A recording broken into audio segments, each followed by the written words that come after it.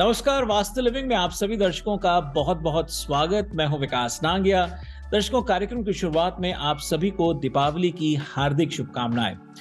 हम अपने पिछले अंक से अपनी वास्तु और फंक्शुई कंसल्टेंट पल्लवी जी के साथ दीपावली और उसके साथ जुड़े तमाम अन्य त्योहारों के विशेष महत्व पर चर्चा करते चले आ रहे हैं। खासतौर पर उनका वास्तु के साथ किस तरह से तालमेल है, इस पर गहरी चर्चा करते चले आ रहे हैं। कार्यक्रम की शुरुआत में आइए एक बार फिर से उनका स्वागत करते हैं। पल्लवी जी, वास्तु लिविंग में आपका बहुत बहुत स्वागत और दीपावली की आपको एक बार फिर से बहुत सारी शुभकामनाएं।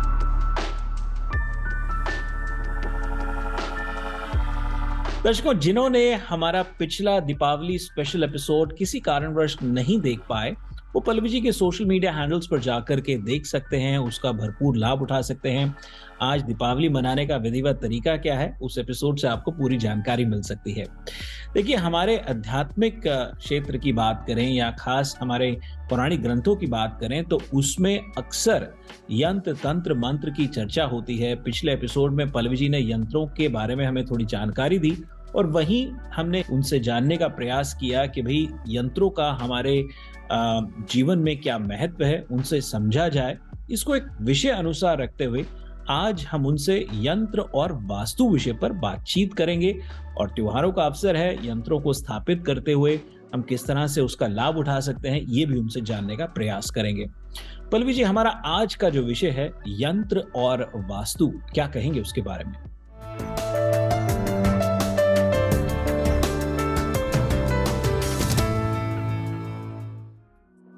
बहुत अच्छा विषय है। आज के ज़माने में जब माता-पिता घर में पूजा करते हैं, यंत्रों की पूजा करते हैं, तो जो नई जनरेशन है, जो स्मार्ट वर्ल्ड में पैदा हुए हैं बच्चे, उनको कई बार ये ख़्याल आता है कि यंत्र की भी पूजा करते हो, भगवान की भी पूजा करते हो, जिसकी भी मर्ज़ी पूजा करते हो, लेकिन इतने छोटे-छोटे यंत्र की पूजा करने का क्या महत्व है? तो जो आज आपने विषय चूज़ किया है, उसे में यंत्र क्यों पूजा की जाती है, कब से शुरू हुए हैं, उसकी महत्ता क्या है, किस तरह का उसका मटेरियल होना चाहिए, यंत्र के बारे में जितनी भी महत्वपूर्ण बातें हैं और यंत्रों की पूजा करने की शुरुआत कैसे हुई, ऐसी बहुत ही इंटरेस्टिंग बातों के साथ मैं आपको यंत्र मंत्र का महत्व वास्तु शास्त्र के हिसाब से कैसे हैं और इसकी राइट वे से घर में किस तरह से स्थापना की जाती है, वो तमाम बातों के ऊपर जितनी हो सके उतनी ज़्यादा से ज़्यादा इंफॉर्मेशन इस प्रोग्राम के माध्यम से देने की कोशिश करूँगी। तो पल्लवी जी, शुरुआत यही से करते हैं कि यंत्रों का क्या महत्व है, यंत्र को स्थापित करने का सिलसिला कैसे शुरू हुआ। देखिए, अगर एक आम इंसान से बात करो तो उन्हें तो वो जियोमेट्रिकल फिगर्स लगती हैं कि भाई कुछ जियोमेट्रिकल अलग अलग तरह की फिगर्स हैं, उनको लेकर के, लेकिन उनके पीछे गहरी कैलकुलेशंस है, उसके पीछे कुछ गहरा महत्व है। थोड़ा गाइड कीजिए हमें। यंत्रों के बारे में ऐसा कहा जाता है कि बुद्धिज्म जो कल्चर है, जो कि हिंदू कल्चर के साथ बहुत ज्यादा मिलता है, यंत्रों की गिफ्ट उनको हमें उनके माध्यम से प्राप्त है। हिंदू रिलीजन में यंत्रों का महत्व, जैसे अभी अभी आपने जो शब्द यूज किए कि ज्योमेट्रिकल कैलकुलेशन है, बिल्कुल ठीक राइट वर्ड से आपके ठीक उसी तरीके से उसका महत्व है कि एक कैलकुलेशन है जो आपको डिवाइन यानी कि आपकी अपनी जो भी तरह की डिजायर है, आपके विश है, उसको पूरी करने में आपकी हेल्प करता है। मैं आपको कुछ एग्जांपल देना चाहूंगी कि जैसे आप भगवान की पूजा करते हो, वो सात्विक भाव है जो हम अपने सोल को जागृत करने के लिए, हम सब परमात्मा के अंश है, तो हम स्पिरिचुअल के लिए, पीस ऑफ हार्मनी के लिए हम भगवान की पूजा करते हैं। लेकिन यंत्रों की पूजा सिर्फ इतनी ही काफी नहीं होती है। हिंदू रिलीजन के हिसाब से जब हम अपने मंदिर में भगवान की स्थापना करते हैं तो उस मूर्ति के अंदर प्राण प्रतिष्ठा नहीं की जाती, क्योंकि जो मैरिड लोग होते हैं या जो घरों में रहने वाले, आमतौर पे जो संसार में रहने वाले लोग होते हैं, उनके मंदिर जो होते हैं वो सारे रूल्स एंड रेगुलेशन, जो मंदिर के डिसिप्लिन होते हैं, वो फॉलो नहीं किए जाते। जबकि आमतौर पे जो मंदिर होते हैं जहाँ पे हम जाते हैं, बड़े बड़े मंदिर, वहाँ पे डेडिकेटेडली जो प्रिस्ट होते हैं वो भगवान को सारा दिन उनके जो भी रूल्स एंड रेगुलेशन है उसके हिसाब से, उनके डिसिप्लिन के हिसाब से वहाँ पे मेंटेन किया जाता है, सारे रिचुअल किए जाते हैं जिससे मूर्ति में प्राण प्रतिष्ठा की जाती है। घरों के मंदिर में, हमारे और आपके मंदिर में, हम वो सारे रिचुअल को फॉलो नहीं कर सकते हैं।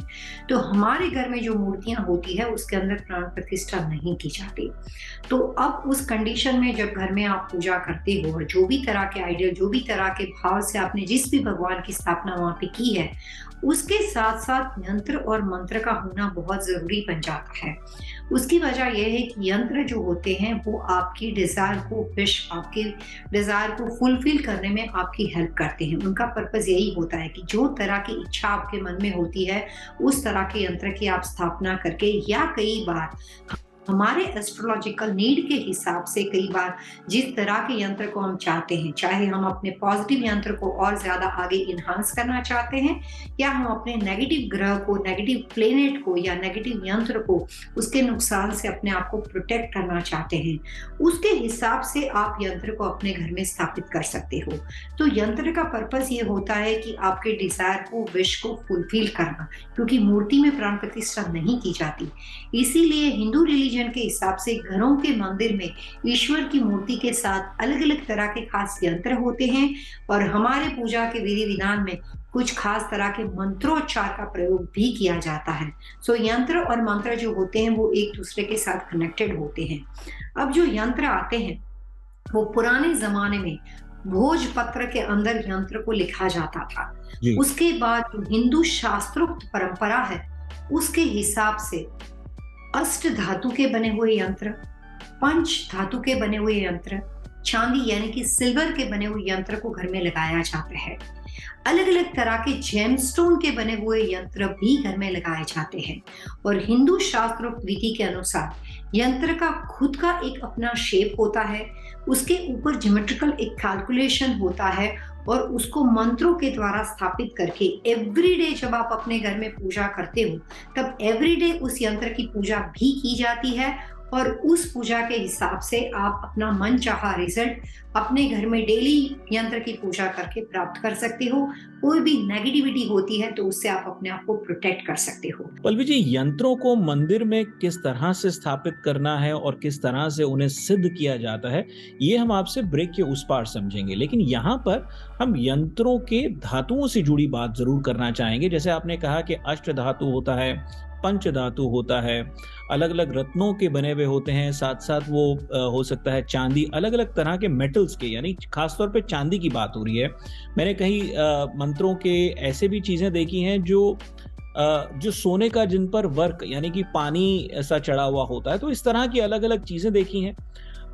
तो पहले तो ये समझ लिया जाए, क्योंकि कोई व्यक्ति जब उसको खरीदता है वो समझ पाए कि वो किस धातु का ले, और जाहिर है कि हर यंत्र की ज्योमेट्रिकल फिगर के हिसाब से अलग अलग धातुओं का महत्व अलग होगा। यहाँ तक कि मैंने कई क्रिस्टल के भी बने हुए यंत्र देखे हैं। कुछ ये गाइड कीजिए कि ये धातुओं का क्या महत्व है, और अलग अलग यंत्र जो होते हैं, और यंत्र होते भी कितने तरह के हैं, ये भी समझ लिया जाए आपसे। बहुत अच्छा सवाल है आपका। सबसे पहले मैं आपके इसी क्वेश्चन का आंसर देना चाहूंगी कि हिंदू रिलीजन के हिसाब से जो मान्यता प्राप्त है 56 यंत्र हमारे रिलीजन के अंदर, जिसको मान्यता हिंदू रिलीजन देता है, जिसके अलग अलग महत्व है, उसके अलग अलग तरह के शेप है, और यंत्र का जो मटेरियल होता है उसका भी अलग अलग तरह के कम्युनिटी वाइज उसका भी डिफरेंस हिंदू रिलीजन में समझाया गया है। आम तौर पे जो घरों में पूजा की जाती है, किसी वजह से आप अपने घर का वास्तु करते हो और फाउंडेशन पूजा में श्री यंत्र को डाला जाता है। काफी सारे लोगों को यंत्रों के बारे में नॉलेज ना होने की वजह से कई बार उनका मिसयूज होता है, और बहुत सारे मिथ्स भी इसके साथ जुड़े हुए हैं जो मैं आपको इसके माध्यम से कहने की कोशिश करूंगी। काफी मार्केट में यंत्र मिलते हैं। आजकल आपको प्लास्टिक के यंत्र दिखाई दिखेंगे। कई बार उसके ऊपर एक ब्लिस्टर पैक किया हुआ होता है, यानी कि प्लास्टिक का होता है, लेकिन अगर पानी वगैरह लगाओ, टीका वगैरह लगाओ, कागज के होते हैं जो खराब नहीं हो जाए, तो उसके ऊपर ब्लिस्टर पैक किया होता है।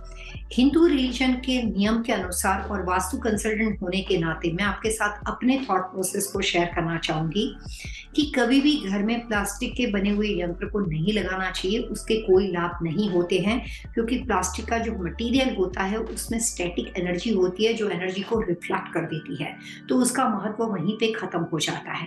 ठीक उसी तरीके से जो ब्लिस्टर पैक के अंदर यंत्र आते हैं वो भी नहीं लगाने चाहिए। काफी सारे ये लोग यंत्र खराब नहीं हो जाए तो उसके लिए फोटो फ्रेम बना देते हैं और फोटो फ्रेम में डाल देते हैं।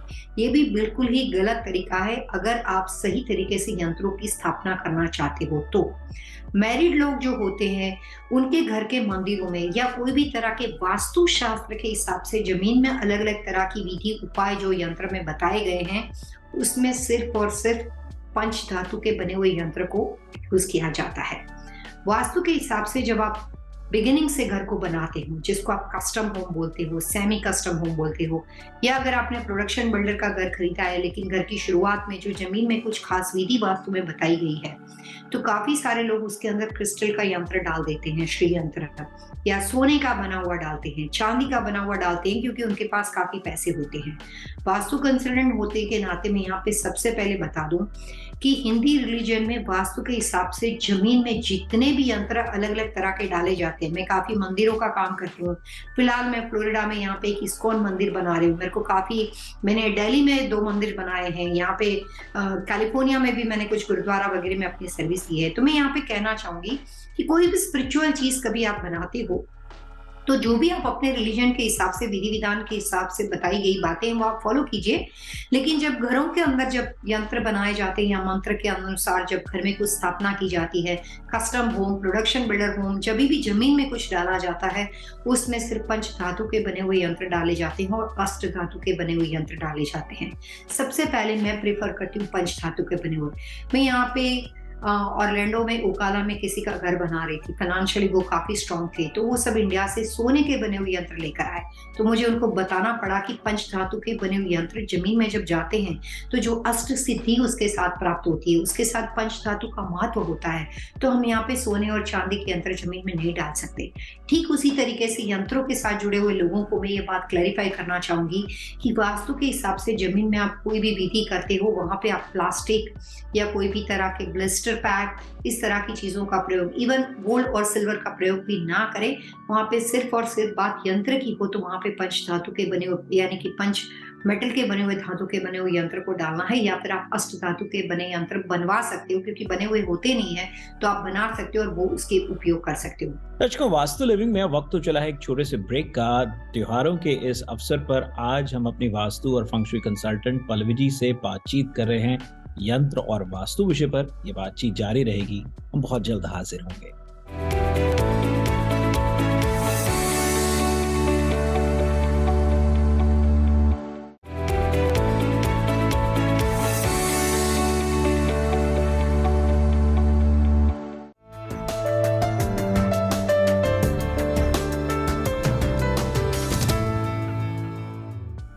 पल्लवी जी, वास्तु लिविंग में आपका एक बार फिर से बहुत बहुत स्वागत।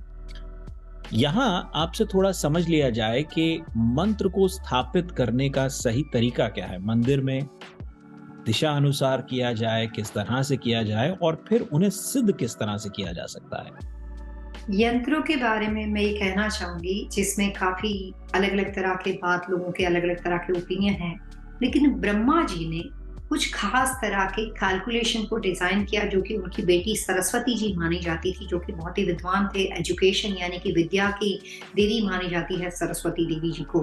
तो उन्होंने उनको बताया कि कुछ खास इस तरह के डिवाइन कैलकुलेशन है जो कि आदमी की लाइफ में मेडिकल रिजल्ट ला सकते हैं। वहां से यंत्रों की शुरुआत हुई, और वो जो यंत्र थे वो जब कभी भी आप अपने घर में स्थापना करते हो तो आपको सबसे पहले यंत्रों को सीधा रखना पड़ता है। तो जब हम यंत्र घर में मंदिर बनाते हैं तो वो 3 स्टेप में बने हुए मंदिर होते हैं। सबसे पहला स्थान होता है वो जहाँ पे भी जो भी देवी देवता की आप स्थापना करना चाहते हो वहां पे आइडल यानी कि मूर्ति की स्थापना कर सकते हो। उसके बाद जो सेकंड स्टेप होता है वो यंत्रों का माना जाता है। यंत्र हमेशा आपके शोल्डर लेवल पे, जब आप पूजा करने बैठते हो तो आपके शोल्डर से लेकर चेस्ट लेवल पे आने चाहिए, ताकि वहां से जो भी एनर्जी होती है, जो भी आप सिद्ध करते हो मंत्रों के द्वारा, वो एनर्जी आपको प्राप्त हो, उसको आपको शक्ति प्रदान किया जाए। तो हमेशा भगवान की पूजा होती है, जब आप दर्शन करते हो तो आपकी आंख जो होती है वो उससे थोड़े से अप भगवान होते हैं, ताकि जब भी आप पूजा करते हो उनका एक स्थान जो होता है वो हमेशा हमारे सर के ऊपर होता है, ताकि आप उनकी प्रार्थना कर सकते हो, आप उसको ऊपर देख के पूजा कर सकते हो। यंत्र जो होते हैं वो शोल्डर लेवल पे आते हैं। कई बार भगवान की मूर्ति आप अपने आंखों के स्ट्रेट लेवल पे भी स्थापना कर सकते हो, लेकिन यंत्र शोल्डर लेवल पे आनी चाहिए। यहाँ पे मैं बता दूं कि मैंने अपनी प्रैक्टिस में देखा है कि काफी लोग प्लेट्स लेते हैं, चांदी की थाली लेते हैं, या अलग अलग तरह की लोकेशन पे वहां पे ठीक से जगह नहीं होती तो एक बड़ी सी प्लेट लेके सारे यंत्र वहां पे लिटा देते हैं, और सारे एक से ज्यादा यंत्र होते हैं वहां पे लिटा के उनकी स्थापना करते हैं। और वास्तु कंसल्टेंट होने के नाते मैं आपको बता दूं कि ये गलत व्यवस्था है। यंत्र का फायदा आपको तभी मिल सकता है जब यंत्र आपके शोल्डर लेवल पे स्टैंडिंग पोजीशन के ऊपर रखे गए हो। उस तरह से आपको मंदिर में स्थापना करनी है। एवरीडे आपको यंत्र को उनको वहां पे उनको स्नान करवाना पड़ेगा, यानी पानी से उसको वॉश करना पड़ता है। एवरीडे उसको टीका लगाना पड़ता है और एवरीडे यंत्र को मंत्रोच्चार से सिद्ध करना पड़ता है। यंत्र का लाभ आपको तभी होता है, यंत्र एंड मंत्र एक दूसरे के साथ कनेक्टेड है। हर तरह के यंत्र को चार्ज करने के लिए हिंदू रिलीजन के अंदर अलग अलग तरह के मंत्रों का प्रयोग किया जाता है। तो यंत्र और मंत्र वो एक पहलू के दो हिस्से बन जाते हैं। यहाँ तक कि यंत्र और मंत्र साथ में जब होते हैं तो जिस इन्वायरमेंट में इसकी पूजा की जाती है, जिस यंत्र की जब आप पूजा करके उसके लिए मंत्रोच्चार का प्रयोग करते हो, अगर राहु यंत्र है और आप कहते हो ओम नमो राघवाय नमः, अगर गुरु यंत्र है या शनि यंत्र है और आप कहते हो कि ओम शम शनीश्वराय नमः, तो जब आप उसका उच्चारण करते हो, जब मंत्रों का प्रयोग करते हो, तो आपके एटमॉस्फेयर के अंदर एक हीलिंग, एक अच्छी एनर्जी क्रिएट होती है। आपका इन्वायरमेंट जो होता है वो शुद्ध हो जाता है। एक क्लिनजिंग प्रोसेस होती है जिससे आसपास की नेगेटिविटी जो होती है आपके ओरा से दूर हो जाती है। आपकी शरीर के अंदर पॉजिटिविटी, यंत्रों के मंत्रोच्चार का जैसे ही आप बोलना शुरू करते हो, आपके शरीर के अंदर एक पॉजिटिव एनर्जी एंटर करती है। और इसीलिए अगर आप अपने घर में एवरीडे यंत्र की पूजा करते हो तो उसका मतलब होता है कि एवरीडे दिन भर की एक्टिविटी, डे भर में जो भी आपने काम किया था उससे आप अपने अंदर कोई भी तरह की नेगेटिविटी जाने अनजाने में आ जाती है, उसको आप रिमूव कर सकते हो। और जो भी आपके विश है, जो भी आपके डिजायर है, जब कभी आप घर में पूजा करते हो और भगवान से जो भी चीज आप मांगते हो, वो आपके एवरीडे यंत्रों की पूजा से आप अपने डिजायर को फुलफिल करते हो और आपके घर में एक शौर्य एनर्जी क्रिएट हो जाती है। वास्तु शास्त्र के अनुसार यंत्र और मंत्र बहुत ही इंपॉर्टेंट होते हैं, जो आपको साधना में और आपकी सिद्धि में आपको हेल्प करते हैं। जिस तरह से आप अपने घर में फंक्शू के अनुसार सिंबॉलिक चीजों को यूज करते हो, जिस तरह से वास्तु शास्त्र के अंदर अलग अलग तरह के आप अपने वास्तु दोष को निवारण के लिए रेमेडी को यूज करते हो, ठीक उसी तरीके से घर में पॉजिटिव एनर्जी को बढ़ाए रखने के लिए और घर में जो मंदिर आपने बनाया है उस मंदिर से क्रिएट होने वाली कॉस्मिक एनर्जी हीलिंग के माध्यम से, मंत्रों के माध्यम से अपने घर में एक पॉजिटिव ऑरा क्रिएट करने के लिए घर में यंत्रों का होना बहुत ज्यादा जरूरी हो जाता है। और एवरीडे वो यंत्रों का शुद्धिकरण आपको मंत्रोच्चार से, यानी कि मंत्रों के लाभ से उठा के करना पड़ेगा। तो यंत्र और मंत्र एक दूसरे के साथ कनेक्टेड है। जो अलग अलग तरह के 56 यंत्र वास्तुशास्त्र के हिसाब से हिंदू रिलीजन में बताए गए हैं, उसमें सबसे पावरफुल और मदर यंत्र जिसको आप बोल सकते हो, वो मदर यंत्र जो है वो श्री यंत्र है।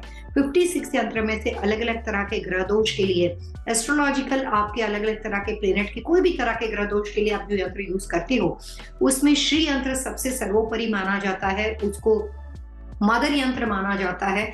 तो जैसे हम मंदिर में पहले गणेश जी की स्थापना करते हैं, फिर अपने इष्ट देव की स्थापना करते हैं, फिर अपने जो तीसरे जो भी हम अलग देवी देवताओं को मानते हैं, अपनी मान्यता और श्रद्धा के अनुसार अलग अलग देवी देवता की स्थापना करते हैं, और चौथा स्थान जो होता है वो हमारे गुरु का होता है।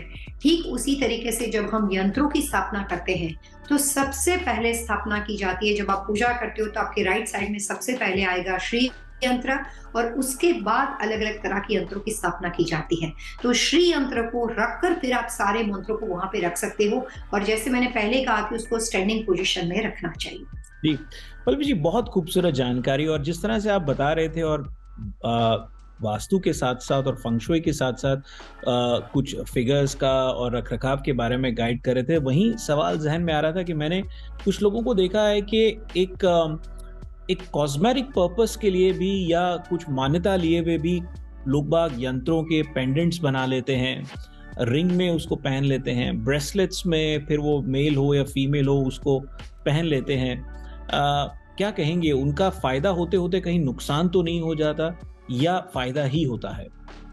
बहुत अच्छा क्वेश्चन पूछा आपने। मैंने काफी लोगों के गले में देखा है कि कई बार अगर उनको कोई दोष पड़ता है तो राहु यंत्र को बना के गले में पहन लेते हैं या अलग अलग तरह के कैलकुलेशन को गले में पहन लेते हैं। यहाँ पे मैं सिर्फ वास्तु कंसल्टेंट होने के नाते अपनी मान्यता आपके साथ शेयर करना चाहूंगी कि हिंदू रिलीजन के अंदर यंत्रों की पूजा पर्टिकुलर एक रूल्स एंड रेगुलेशन और डिसिप्लिन के साथ होती है। अगर आप उसकी रिंग बनाते हो, अगर आप उसका पेंडेंट बनाते हो, ब्रेसलेट फॉर्म में या कहीं पे भी आप उसको गले में चेन बना बना के डाल देते हो तो आप उसके डिसिप्लिन को फॉलो नहीं कर सकते हो। यहाँ तक कि मैंने अपने काफी प्रोग्राम में कहा कि नवग्रह भी कुछ खास रूल्स एंड रेगुलेशन होते हैं। जब आप नया घर बनाते हो, नया बिजनेस लोकेशन बनाते हो, तो आप अपने घर के अंदर पर्टिकुलर कुछ कॉर्नर के अंदर नवग्रह को डालते हो, अलग अलग तरह की धातुओं को डालते हो। ठीक उसी तरीके से नवग्रह को पहनने से बहुत सारे लोगों को नुकसान होता है, क्योंकि हर प्लेनेट आपका सही नहीं होता है।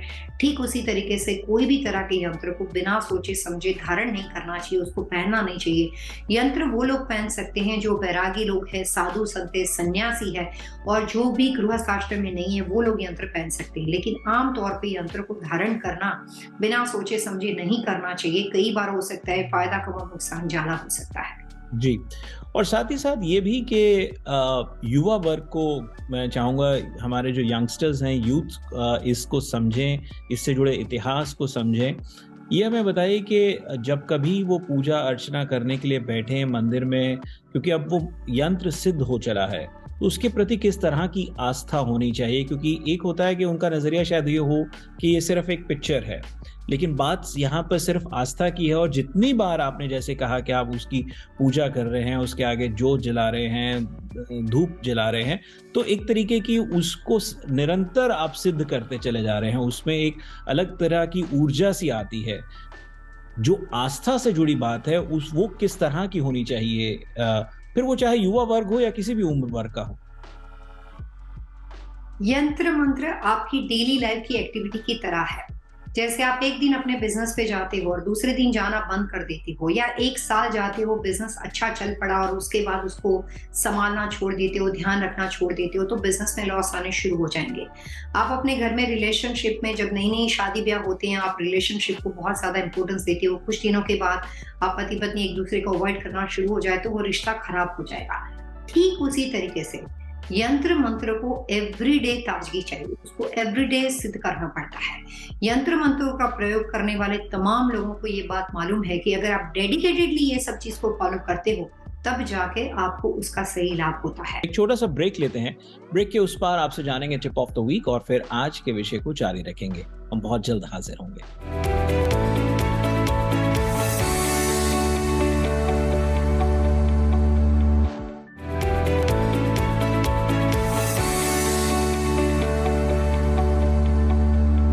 वास्तु लिविंग में आप सभी दर्शकों का एक बार फिर से बहुत बहुत स्वागत।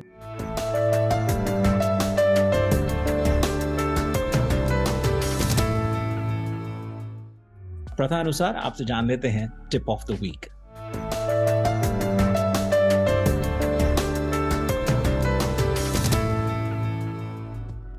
दिवाली के शुभ दिन चल रहे हैं, हम यंत्रों के बारे में बात करें।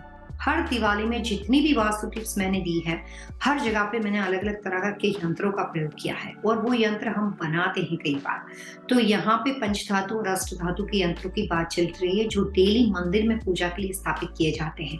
लेकिन हिंदू रिलीजन के अनुसार जब कोई खास तरह के त्योहार होते हैं, कुछ खास तरह के ऑस्पिशियस दिन होते हैं, और वहां पे आप अलग अलग तरह की सिद्धि प्राप्ति के लिए कुछ यंत्रों की स्थापना करते हो, तो आप पेपर पे उस यंत्र को बना सकते हो, और 1 ईयर तक उसकी एक लाइफ होती है। तो 1 ईयर तक जो आपने 5 दिन तक पूजा की है, जो भी दिवाली पूजा में इस साल हमने अपने लास्ट एपिसोड में जो कुछ यंत्र आपको बताए थे, जिसमें महालक्ष्मी यंत्र था और राहु यंत्र था, तो जब कभी आप कोई सिद्ध करके वहां पे 5 दिन तक सिद्ध करके उस यंत्र को स्थापना करते हो, तो उसकी लाइफ 1 ईयर तक होती है, क्योंकि वो हमने टेम्पररी टाइम फ्रेम के लिए बनाया है।